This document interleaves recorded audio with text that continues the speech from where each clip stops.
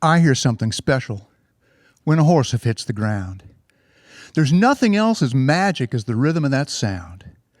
Could be a gentle clip-clop ambling down the street, or thunder at the gallop, all the blur of legs and feet. Doesn't matter whether barefoot or shod with nails and steel, there's nothing else I've heard gives me quite the feel. I've heard the greatest orchestras and a diva's glorious song, and choirs harmonizing like a grand angelic throng. I have seen the late and great ones, from Elvis to George Jones, those with voices that move and shake you deep into your bones. But I hear something special when a horse hoof hits the ground.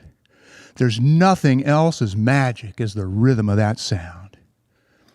I've heard a child's first words and the whinny of a newborn foal, the beautiful songs of yesteryear and classic poems of old, the echoes to the canyons when a coyote calls a friend, the gentle sound of evening breeze at daylight's peaceful end. And yes, those sounds are wonderful, and each speaks to my soul, but so does the sound of hoofbeats when horses are on the roll. When I hear a horse's hoofbeats, no telling what I'll find, with imagination running free, painting pictures in my mind. A future Derby winner leading on the rail, a Pony Express rider rushing someone's mail, a finals barrel racer turning on a dime, the old country doctor's buggy arriving just in time.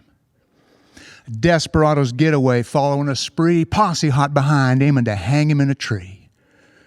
The bred-to-buck saddle bronc flanked and just set loose, the proud Umatilla on a swift cayuse. A bulldogger and hazer closing on a steer, or the Revolution warning ride of patriot Paul Revere. Or the horses I grew up with when I was just a pup, Flicka, Silver, Trigger, and my stick horse, Giddy Up. No telling where they'll take me when I hear a horse's feet, my imagination in a saddle just a-riding with the beat. Because I hear something special when a horse hoof hits the ground. There's nothing else as magic as the rhythm of that sound. Well, I'm Tom Swearingen, and I am thrilled to be part of this West Fest virtual benefit supporting the good works of the Rotary Club of East Portland in the Portland area and around the world. And I am very appreciative to have been asked to share some of my poetry, and I'm really appreciative that you're here to take part in watching West Fest. You know, you might guess from that first poem that I do have an appreciation for horses. My wife and I are blessed to have a life that includes horses. But you know, I spend a whole lot more time with our horses than I do other people's cows. And so with that in mind, and believe me, tongue firmly planted in cheek, I don't call myself a cowboy. Oh, I have friends that say contrary. They say, but Tom, you own horses and you love to ride, and we'll just look at the clothes you wear. Yeah, I've got Stetsons, Resistals, boots, a bunch of pair, and a closet full of snappy shirts and Wranglers that I wear. Oh, I know the label in these jeans says they're cowboy cut. On me?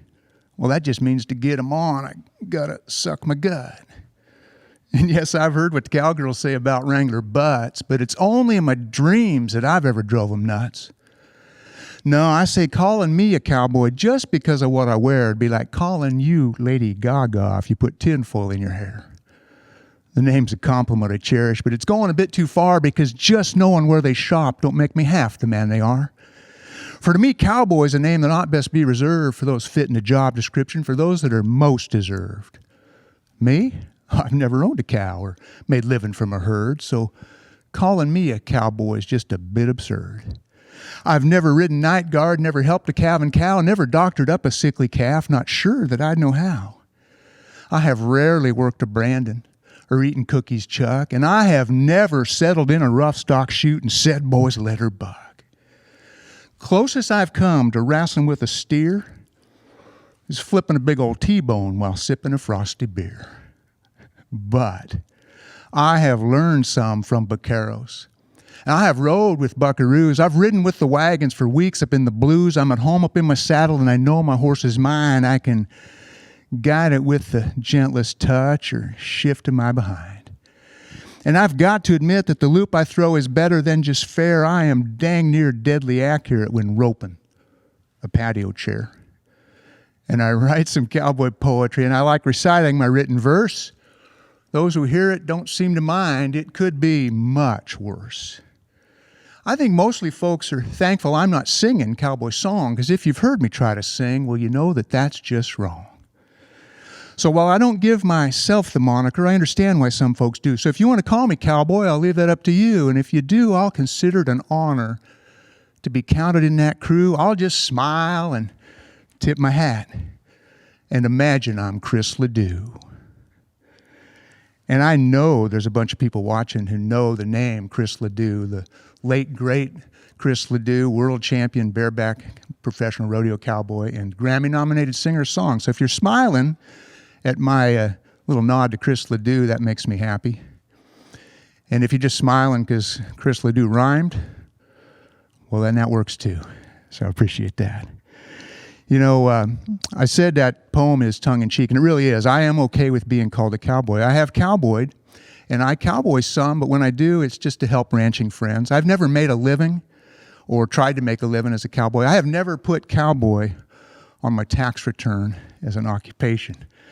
But I really am okay with being called a cowboy and have had and look forward to wonderful experiences cowboying. I want you to picture early morning. We've actually saddled the horses in the dark and ridden out in the dark. And now, just as the sun is starting to show, we are horseback and we're on the edge of a canyon looking down into that canyon. There's not a lot that's spoken as we sit upon our mounts. The cow boss checking tallies, adding up to remnant counts. He's mighty long on wisdom, but he's pretty short on words when lining out the circles when we're gathering up the herds. Ah, they're out there, boys, go get them. You know what to do. And of course he's right, and he should know. He handpicked all the crew. He knows there'll be no slacking that will more than earn our pay. And since that's about all that matters, he's not got much more to say. So with just some simple pointing and some nods among the boys, we head in all directions, taking in the morning noise. Now you'd think without us talking there'd be nothing much to hear. But actually in the silence, there's a lot to hit your ear. Like birds awake and singing, cicadas flicking wings, the aspen trees are quaking and there's bubbling in the springs.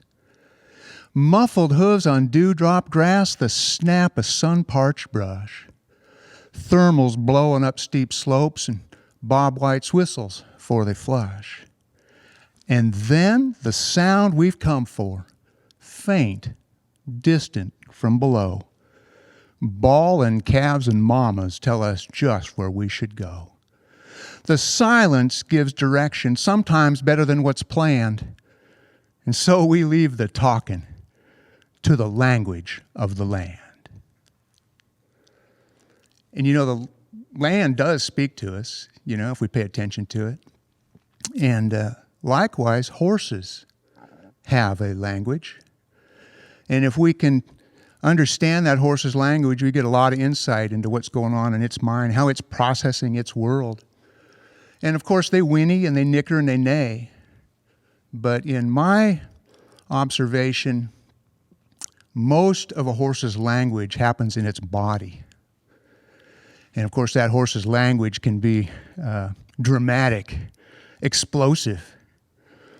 And it can also be just as subtle as the turn of an ear. The bay was first to hear it, with the gray not far behind, the others quickly turning to discover what they'd find across the open pasture in the shadow of tree line. They're looking for some motion or other kind of sign to tell them if it's danger or if something more benign, something that they've seen before that their memories can align with instinct or behavior when familiar, something known to not be predatory that will leave them all alone. Until then, they are fearful of the sound they can't define across the open pasture in the shadow of tree line. On the edge of fight or flight, they sense something isn't right. So till they know for certain, they will stand with ears upright and eyes and nostrils scanning for some motion or a scent that will tell them in an instant if to run or be content with dropping guard and grazing, knowing everything is fine, across the open pasture in the shadow of tree line. Thanks. Now, I know there's some folks watching who own horses, and I know some folks that are watching that used to own horses, and that leaves the rest of you as people who wish you owned horses. Because if not now, at some point in your life, who hasn't wanted a pony, right? Well, if you were going to go shopping for horses, you'd find them described in a lot of ways. Some that make total sense, like age and size and color and breed and lineage and training, and you'd see them described in terms of temperament. You'd go on like a horse sale site like Dream Horse, and you'd see horses' temperaments on a 1 to 10 scale, cool to hot, and you'd see some other language to describe the nature of horses or other aspects of horses. I have a bomb-proof mare, and bomb-proof is a word that means something to horse people. So here's just sort of imagining what could happen if there was a little misunderstanding or miscommunication in the description of a horse for sale. The horse's new owner lay there staring up at air. Apparently, he'd underestimated the bomb-proof pinto mare, for he'd barely stepped the stirrup and settled up on top when that horse gave one mighty buck and launched him to a flop. But now she's standing gentle, just as docile as could be, matching a Dream Horse description. Temperament 3. Bomb-proof, there's a word you've heard before, of course, to describe a ride by anyone unflappable horse. So this is a puzzling situation that he needed to work out, because bomb-proof's not a word that should leave any doubt about the nature of a horse's disposition, but doubts what he had there in his supine position. So like any good horseman who's been put to the test, he got up quick to get back on to prove it was the best. For you go falling off a horse, the next thing to be done is get back on that critter, for the dang thing thinks it's won. Oh, it won't do your ego bad to prove you can still ride. Even if not pretty, you'll at least hang on to pride. So he dusted himself off best as could be, swung on up and glued his pockets to the tree. Now this time he'd be ready so he'd not get caught off guard. But that mare just exploded and he was back on the ground hard. With the only thing remembered before he finally lost the handle is that somewhere in mid-wreck, his head bounced off the cantle. This horse is bomb-proof, he thought. Oh, there must have been some mistake. So he called the man who'd sold her to ask him for his take on what exactly did he mean when he called her by that name. What must he have been thinking when he said that horse was tame? Bomb-proof, the man replied. Oh, I never used that word when I described that horse to you. Well, that would be absurd. That there mare's a pistol, rank in every way. I was honest in laying it out for you, mindful what to say. Didn't seem to bother you none, and you seemed to know your stuff. Of course, I didn't mind you couldn't pay me fast enough. I will say, though, I thought yours an odd way to decide, because generally when buying a saddle horse, folks check out the ride, but you just loaded her in your trailer and down the road you fled, and, well, I remember wondering if you'd heard a word I'd said. Well, now I know you heard some words, but you got at least one wrong. Because I didn't say bomb-proof, friend. What I said was time bomb. Now, earlier, I think maybe the second poem I did, I mentioned my roping ability. I said I was dang near deadly accurate, I think is exactly what I said, and roping a patio chair. But still, you know, I can throw a loop. I actually can, and I know some different shots. I can throw a hula-hand, and I can throw a figure eight, sometimes even on purpose. Those who know my roping will tell you, will agree with my assessment of my ability, and will agree that my very best roping happens in my imagination, which is where this takes place. I have gone and roped a llama way high up on its neck, so there's like 18-inch of flexing muscle giving me pure heck. The thing is spitting, kicking, sure-footed, feet a-flying, making me wish I'd instead looped a rabid mountain lion. Yeah, I have gone and roped a llama, hula-hand a camelid, not by far the brightest thing I can say I ever did. Because when this tale gets passed on, and you know darn well it will, it'll be all about my target, not about my roping skill. Sidebar. Why, when spelling llama, are there two and not one L? One is silent, so not needed, just the same as the word hello. I'm in big trouble. Despite my prayers and hoping when my wife finds out her yarn supply is what I've been out roping. Yeah, roping mama's llama, that'll put her in a stew. Something I should have thought about before my catch twine flew. She'll question if I've got a brain, make for certain I regret, lofting that one swing flip shot at the critter she calls a pet. She'll make a list of honeydews, ask big favors for amends. How long she keeps demanding them, well, I guess that all depends on if I can act real humble and show some true remorse. And I don't suppose it'll hurt none if I buy her a new horse. Well, I've got time for one more, but before I do that poem, I just want to thank the Rotary Club of East Portland for inviting me to be part of this Westfest virtual benefit, supporting the good works that you do in the Portland area and around the world.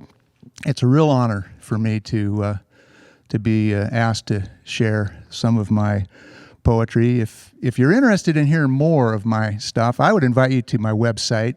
It's OregonCowboyPoet.com, and that's where I have records. I have CDs and digital downloads of my albums there, and a book of my poetry if you're interested.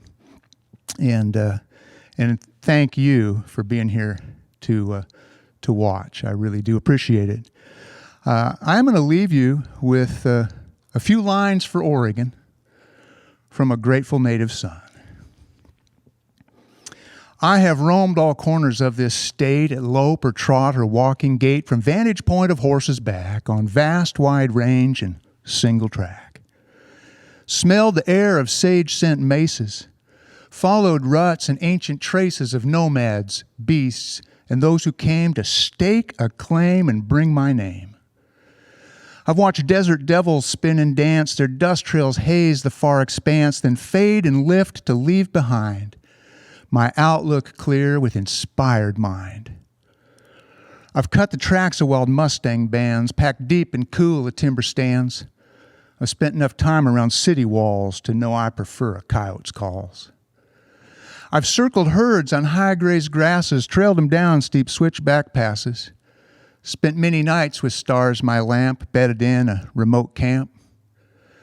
Picked way across rivers snaking down from mountain range and hilltop crown. Seen life they bring to valley floor and then fresh the salt at ocean shore. I've come to love this diverse land where creative fires can be fanned. 6 decades here have made it clear I'm glad my roots were planted here. Oregon is a sacred ground where coiled up thoughts can be unwound, then strung in lines to then be sung with passion, voice, and angel's tongue. So now my plan's for me to stay until my final earthly day. And if that works out, then I'll be blessed to ride my days out in the West.